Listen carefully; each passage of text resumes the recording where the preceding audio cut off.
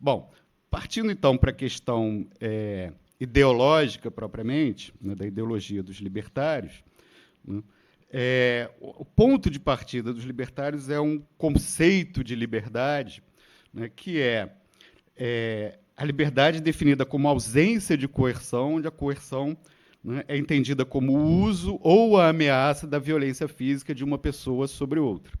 Ou seja, é livre, sob esse conceito, aquele que não sofre coerção de outra pessoa. Esse é um conceito, né, muitas vezes criticado, corretamente criticado, porque ele é um conceito puramente negativo de liberdade. Né? E negativo não no sentido valorativo, de ruim, mas negativo no sentido lógico. Né? A liberdade é definida como não ser coagido por outra pessoa.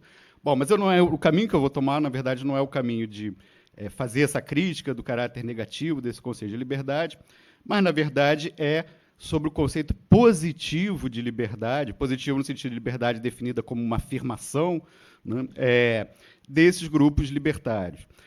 Tem várias formas, enfim, né, na ideologia, formas teóricas de enxergar esse conceito fundamental, esse conceito de liberdade, desde o utilitarismo até o direito natural, né, e aqui eu vou me utilizar de um texto, né, nessa parte, na maior parte da apresentação, do Murray Rothbard, que é um economista que segue o von Mises, enfim, fundador do von Mises Instituto, né, e esse texto é Por uma Nova Liberdade, um Manifesto Libertário, de 1973, né, onde ele deriva esse conceito positivo de liberdade a partir de uma reformulação da teoria do direito natural. Não vou fazer isso, o que eu vou chegar é o resultado final, né, que é que a liberdade é definida positivamente como o direito irrestrito à propriedade privada. Repare, primeira coisa, direito aí não tem o significado, como ele é derivado do direito natural, não tem necessariamente significado jurídico. Segunda coisa, isso não é nada de diferente da tradição liberal desde sempre, certo? Bom, esse conceito de liberdade positivo, na verdade, significa o quê? Que liberdade é aquele que faz uso da sua propriedade privada, e a propriedade privada aí é a propriedade sobre o corpo, ou sobre os meios de produção, ou sobre o produto, certo? De acordo com os seus interesses individuais. Né? Citando o Manifesto Libertário, abre aspas, liberdade é uma condição em que os direitos de propriedade de uma pessoa sobre o seu próprio corpo e sua propriedade material legítima não são invadidos, não são agredidos. Liberdade e o direito irrestrito de propriedade caminham juntos, ou seja, a liberdade, no sentido positivo para eles, é o direito restrito de propriedade privada.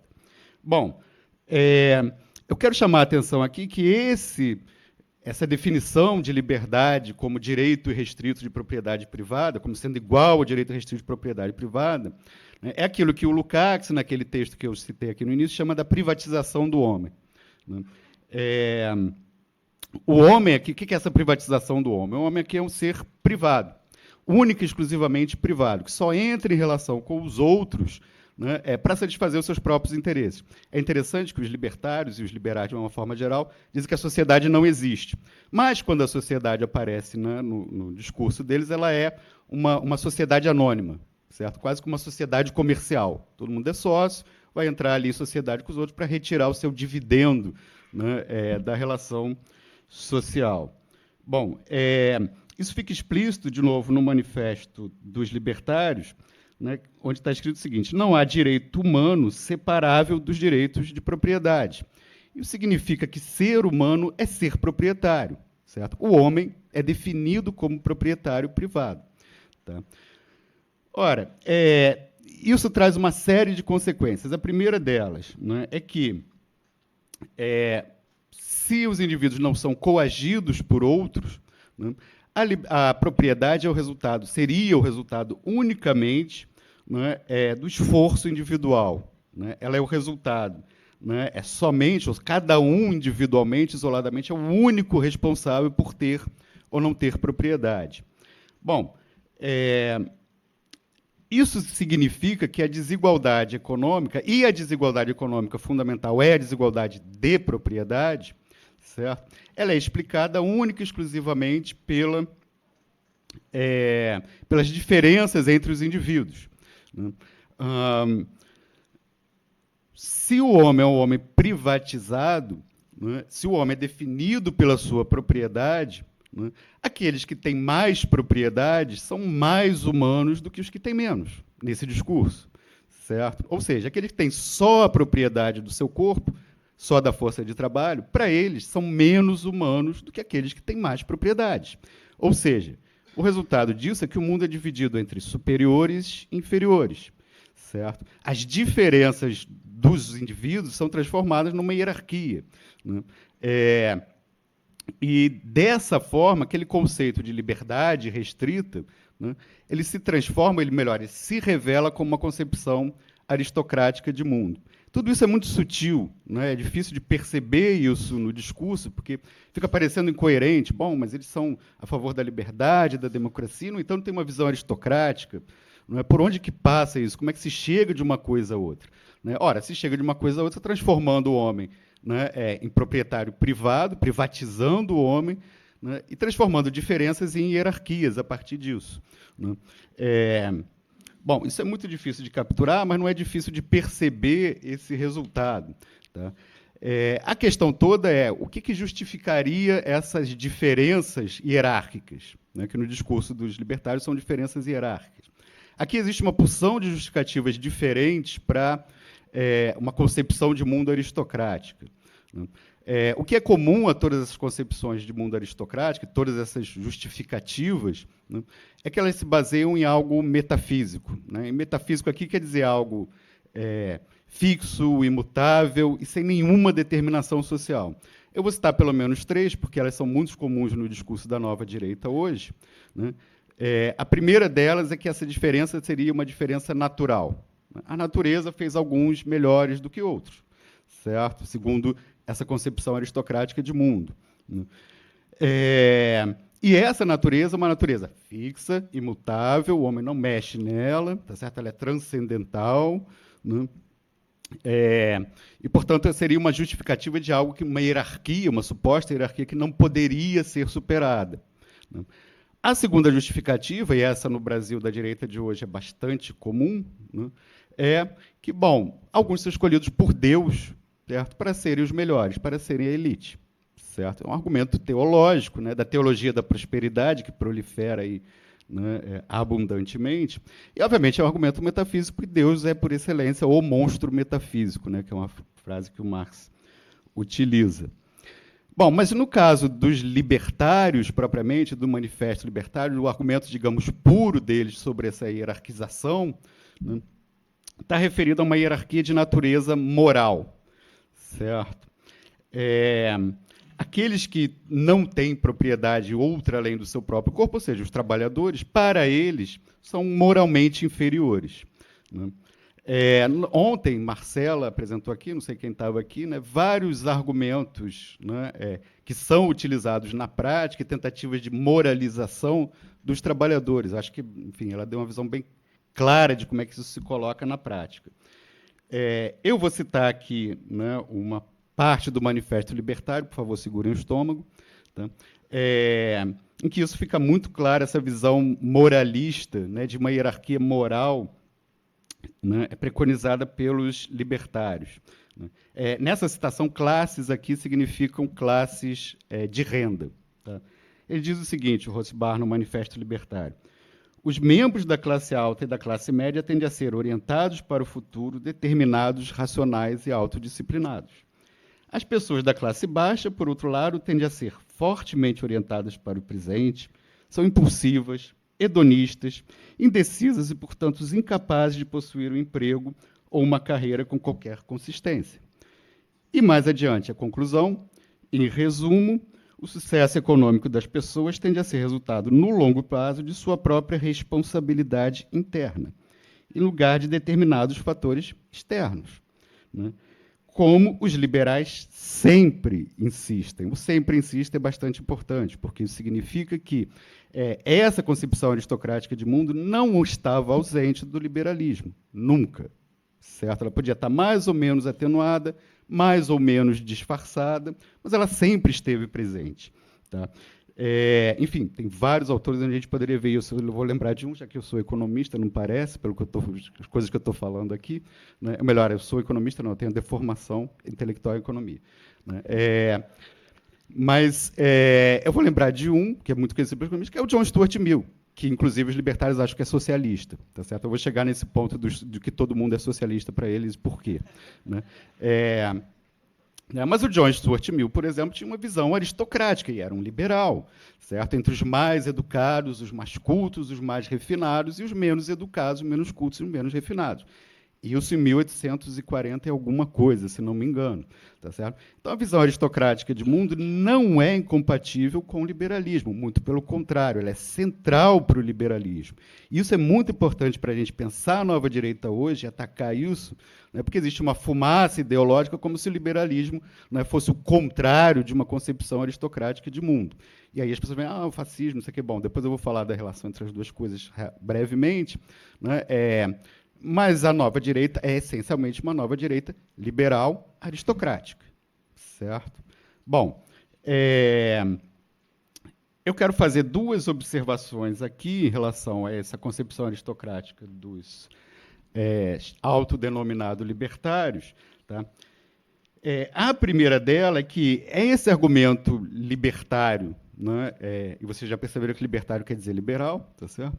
Né, liberal na forma como o liberalismo se apresenta hoje. Né, esse argumento libertário, na sua forma pura, né, diferente da forma pura de outros argumentos aristocráticos, como da nobreza feudal, ou o do próprio nazismo e do fascismo, ele prescinde, para dividir as pessoas entre os melhores e os piores, ele prescinde de origem, né, ele prescinde de etnia, ele prescinde de gênero, ele prescinde de nacionalidade. Certo? Isso não significa que essas outras justificativas ou essas outras fundamentações ideológicas de concepção hierárquica de mundo, né, não possam se fundir com a concepção liberal. Na prática, a gente vê tudo isso fundido. Certo? Tanto o argumento moral, como o argumento teológico, como o argumento de natureza de origem. Certo? Eu dou um exemplo. O Murray Rothbard. Hoje eu não vou falar do von Mises, tá certo? Vou falar só do Rothbard. O Murray Rothbard, né, que é esse autor, né, que é uma referência do pensamento liberal, né, na década de 80, 90, se eu não me engano, né, apoiou o David Duke, que era um membro da Ku Klux Klan dos Estados Unidos, da supremacia racista, né, da supremacia branca. Tá? Então, não existe a possibilidade de uma aliança entre esses autodenominados liberais e os conservadores mais duros ou tradicionalistas, está dada desde o começo. Certo? Né? É o que eles chamam do pálios libertários. Né? E está dada por quê? Bom, não só por isso, mas porque a visão ideológica é a mesma, de uma concepção aristocrática de mundo. Certo? A segunda observação é que, bom, se esse argumento aristocrático prescinde dessas diferenças de nacionalidade, né, de etnia, de gênero, etc., etc., ele se torna aquilo que eu vou pegar emprestado do Humberto Eco, né, que é um elitismo popular. Humberto Eco fala isso sobre o fascismo. Né. Isso significa o seguinte: qualquer um pode ser da elite. Olha que coisa linda. Está vendo? Não importa onde você nasceu, se você é homem ou mulher, você pode ser da elite. Certo? Repare o seguinte, só depende de você, você tem que ser empreendedor. Certo? Se você se tornar um empreendedor, você vai chegar à elite. Certo? Mas repare, isso não prescinde da existência de uma elite, né, e de uma massa, né, de superiores e inferiores. Tá claro? Esse argumento não prescinde disso, ele simplesmente coloca isso em abstrato e generaliza para todo mundo. Tá? Isso significa o seguinte: essa visão aristocrática passa a ter um caráter democrático e popular. Certo? Já que todo mundo pode ser elite, então, aparentemente, o argumento é democrático. Certo? Né? Por aí a gente percebe a força, o tamanho da força desse tipo de ideologia. A gente é capaz de entender como manifestações de extrema-direita, eu estou dizendo que não é só esse é o único fator, de novo, meu objeto aqui que eu estou trabalhando é o fator ideológico, como é que isso é capaz de trazer milhões de pessoas para manifestações que são manifestações de extrema-direita, certo? Porque qualquer um ali pode se sentir elite, certo? Ontem, Rejane perguntou sobre, não é? Bom, mas é só, eu vou falar da coerção daqui a pouco. É só coerção? Como é que vai? O consenso, né? Onde é que está? Bom, essa é a forma do consenso, certo? Esse elitismo popular, de que qualquer um pode ser da elite, desde que seja empreendedor, responsável, etc, etc, etc. Tá certo? Esse consenso, ele, na verdade, ele já vem sendo construído, essa tentativa de formar esse consenso, essa aceitação, né, dessa nova direita, ele vem sendo construído há muito tempo, certo? No Brasil, por exemplo, desde o governo Fernando Henrique, inclusive nos governos Lula e Dilma. Aliás, eu diria, inclusive, nos últimos tempos, principalmente nos governos Lula e Dilma, certo? Quanto tempo eu tenho? 10 minutos? Tá. Bom, eu queria enfatizar, então, duas outras consequências dessa concepção aristocrática de mundo. O primeiro deles é o seguinte: bom, lá no começo, né, a liberdade é definida por eles como ausência de coerção, certo? Mas isso é definição negativa de liberdade. Quando a liberdade passa a ser definida como, né, o direito irrestrito de propriedade privada, o próprio sentido do que é coerção se modifica, certo? Ora, a coerção, quando a liberdade é definida como direito restrito de propriedade privada, a coerção passa a ser qualquer ameaça, de qualquer forma, à plena liberdade da propriedade privada. Veja bem, né, o que é entendido como coerção ou restrição da liberdade, no sentido dos libertários, né, não é apenas o uso ou ameaça do uso da violência física, certo? É qualquer restrição à propriedade privada, certo? Seja essa restrição violenta ou não. Tá? Por exemplo, estabelecimento do salário mínimo. Olha, isso é uma violência, certo? Porque é uma restrição à propriedade privada. Né? E a liberdade do homem só existe com o direito absoluto de propriedade privada, segundo os libertários, certo? Ou seja, aquilo que aparentemente é uma coisa libertária, né, se torna o seu contrário, certo? A coerção, né, nesse sentido aí, ela não diminui, mas ela se amplia, certo? Né? Bom, isso traz uma outra consequência, né, que que os libertários explicitamente não têm qualquer compromisso com a democracia liberal burguesa. De novo, esse compromisso entre a democracia liberal, parlamentar, etc., etc., e o direito restrito de propriedade nunca foi completo, tá certo? Ele sempre foi restrito aos proprietários, desde o Locke. Tá? No caso da primeira geração dos libertários, né, os nobres von Mises e von Hayek, eu falei do von Mises agora, isso aparece, né, quando a liberdade de propriedade privada, o direito restrito de propriedade privada, quando ele é ameaçado na democracia burguesa, certo? Democracia, eu sempre estou falando da burguesa, porque a democracia não existe, tá certo? É universal abstrato. Tá? Nessa democracia burguesa, caso haja alguma ameaça ou alguma restrição à propriedade privada, segundo esses primeiros liberais, ela deveria ser suspensa. O von Mises defende uma ditadura temporária de elite, nesses casos. O Hayek é mais explícito, né? O Hayek vai dizer: o liberalismo é incompatível com a democracia ilimitada, certo? Mas os libertários são mais consequentes, num certo sentido, eles vão mais longe. Tá? Por quê? Eles simplesmente propõem a abolição da democracia liberal burguesa parlamentar, tal como ela existe. Para colocar o que no lugar? Bom, aí é que é o interessante.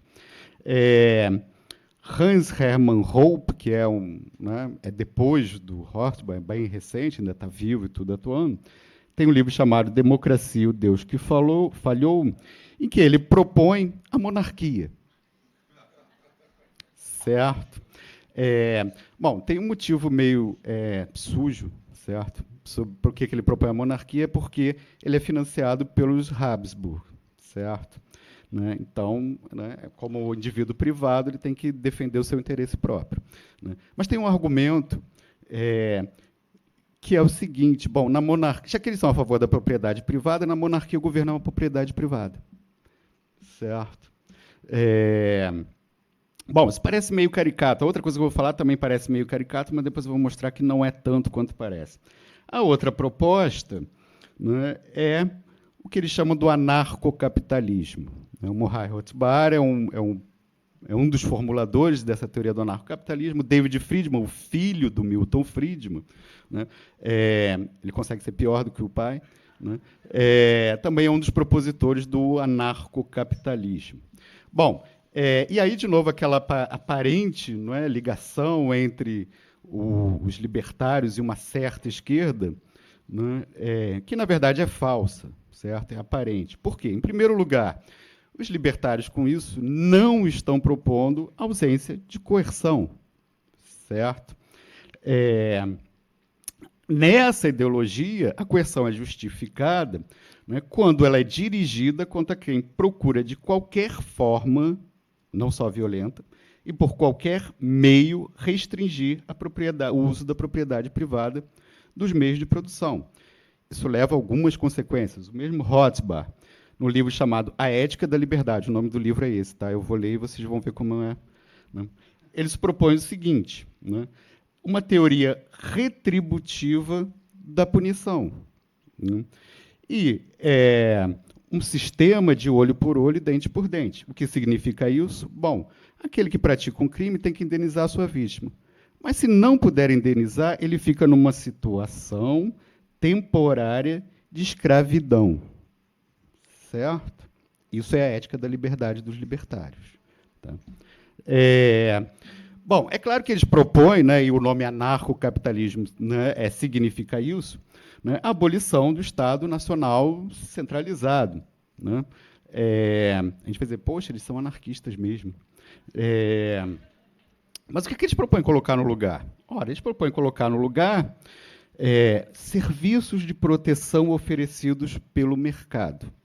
Em português, claro, milícias privadas. Certo? Né? Ora, isso significa o seguinte, a coerção é para quem pode pagar a coerção. Certo? Isso significa uma dominação direta de classes. Certo? Repare, isso não tem nada a ver com o anarquismo, com uma sociedade sem governo. E, para nós marxistas, isso não é abolição do Estado, porque o Estado é um instrumento de coerção e dominação de classes. E ele continua existindo no anarcocapitalismo. Certo? Repare o seguinte, isso parece uma proposta delirante. Não, não é, e ela vem avançando. Eu vou mostrar como. Vou dar alguns exemplos como. Hoje, no Brasil, segundo dados da Coordenação de Controle de Vigilância Privada da Polícia Federal, tá? Existem 431 mil vigilantes atuando em todo o país. Esse contingente supera em 30% das Forças Armadas e em 5% os das polícias estaduais. Certo? O setor de segurança privada é o 4º empregador do Brasil. Vocês querem um outro exemplo? Então está lá. No final do ano passado, a Polícia Militar do Rio de Janeiro fez uma operação Segurança Presente. Essa operação foi financiada pela FEComércio, certo? Com 44 milhões de reais, que incluía, inclusive, pagamentos para os policiais que atuavam na operação além do salário. O secretário de Governo do Estado, na época, Paulo Melo, deu a seguinte declaração sobre isso. Eles escolheram esses 3 lugares, os lugares em que havia essa operação. Você sabe, como em qualquer lugar do mundo, quem financia escolhe. Este é o mundo da liberdade dos libertários. Quem financia escolhe. Certo? Isso para não lembrar, por exemplo, da Blackwater, né, que eu acho que todo mundo já ouviu falar, né, a maior empresa de segurança privada do mundo, né, que faz atuação militar e que fez uma atuação militar no Iraque. Aliás, aquela ação é um belo exemplo do que é o anarcocapitalismo. Certo? Então, isso parece um delírio, mas não é tão delírio assim. Se a gente olhar para o caminho que a gente está tomando, esse anarcocapitalismo é só a continuação do capitalismo, levado às suas últimas consequências. certo? Isso não significa que o Estado centralizado deixou de existir, mas monopólio da força, esquece, porque é cada vez menos, tá claro? Bom, e isso se rebate em todas as outras propostas aparentemente progressistas dos libertários. Direito ao aborto, para quem puder pagar, porque não tem SUS, certo? Não tem sistema de bem-estar, tá claro? Né? Discriminação. Ora, pense bem, e isso todos os libertários falam, a sociedade libertária, que eles imaginam uma sociedade em que há o direito de discriminar. Porque a discriminação está contida na própria propriedade privada. Se o cara é proprietário privado e tem o direito de uso irrestrito da propriedade, ele pode discriminar, certo? Repare como tudo se transforma ao contrário nos libertários, né? Eles são qualquer coisa, menos isso. Não é? Então, essa aparente liberdade, não é, e progressivismo dos libertários é, na verdade, o seu contrário. Tá? Todas essas propostas que são aparentemente liberais de ampliação de direitos civis, não é, são subordinadas ao direito restrito de propriedade privada. Né? Quanto tempo eu tenho? Agora você tem 10. Tá, então, já rapidinho que eu já estou terminando. Bom, tem uma segunda observação que eu quero fazer aqui com relação aos libertários, se refere à substituição da história pelo mito ou a falsificação da história, ou pior ainda, o revisionismo histórico, certo? Murray Rothbard, de novo, a minha vítima de hoje, ele era a favor do revisionismo histórico. Por revisionismo histórico, eu estou falando do revisionismo histórico mesmo, o revisionismo do Holocausto, certo? Bom, como é que se faz esse mito? Né? Como é que se transforma a história de mito e como é que se falsifica a história nos textos dos libertários? Tá? O primeiro passo desse mito é transformar o presente em passado. Certo? No Manifesto Libertário, tá? Murray Rothbard diz o seguinte: desde o final do século XIX, abre aspas, a velha ordem contra a qual o liberalismo clássico tinha lutado retornou. Nós vivemos, isso em 1973, tá? Numa versão disfarçada do velho regime. O velho regime é o absolutismo. Ou seja, essa sociedade seria um abre aspas, feudalismo industrial, abre aspas, Estado corporativo neomercantilista.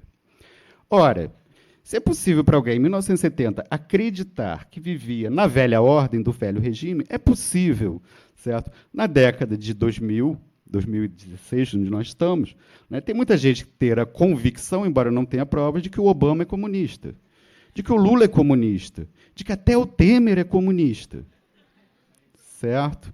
Né? Essa loucura é fundamentada, certo? Fundamentada numa ideologia, né? Mas ela não é só uma loucura, certo? E ela não é à toa. Tá? Por quê? O segundo passo, qual é o segundo passo do mito? Bom, uma vez que o presente foi transformado em passado, o passado foi transformado em presente, o presente é transformado em futuro. O capitalismo nunca existiu. O liberalismo nunca existiu. Não completamente, ele só existiu na ideia. Certo? Ayn Rand, outro farol dos libertários, né? No livro A Virtude do Egoísmo, o título fala por si só, né? Ela diz o seguinte: um sistema puro de capitalismo jamais existiu, nem mesmo na América. Vários graus de controle governamental o estavam boicotando e distorcendo desde o seu início. O capitalismo não é um sistema do passado, é um sistema do futuro. Para isso aqui, né, e eu acho que isso é porque que a nova direita, que não é nova e antiga, aparece como nova, né, eu acho que é aplicável uma outra afirmação do Lukács, num contexto diferente, sobre um mito em Nietzsche, num texto chamado Nietzsche como precursor da estética fascista. Nesse texto, o Lukács vai dizer o seguinte: o mito se apresenta, abre aspas, como uma radical novidade histórica. A defesa dos princípios do capitalismo aparece, assim, como um assalto radical contra a sociedade atual, ou seja, converte-se numa atitude pseudo-revolucionária. Isso ajuda a gente a entender muito essa nova direita. Por que tantos jovens aderem à nova direita? Porque eles são revolucionários. Eles vão trazer a sociedade do futuro, que é o capitalismo nesse discurso. Certo? O que há de novo na nova direita é que ela se apresenta como nova. A maior parte desse discurso libertário é o discurso liberal levado ao seu extremo, na sua forma mais pura. Certo? Só que ele é trazido como sendo algo novo, diferente, que vai nos libertar do terrível comunismo do Temer, da Dilma, do Lula e do Obama. Certo? Isso é extremamente perigoso. Certo? Porque esse discurso é um discurso sedutor. Certo? Ele tem uma força ideológica imensa. E acho que é extremamente importante hoje a gente entender esse discurso ideológico, essa ideologia, e desfazer esse discurso, mostrar o que está por trás dele, ou melhor, o que está, né, subjacente a ele. Certo? Sem isso, nós, de esquerda, só vamos continuar perdendo fileiras. Certo? Enfim, era isso, eu já falei demais.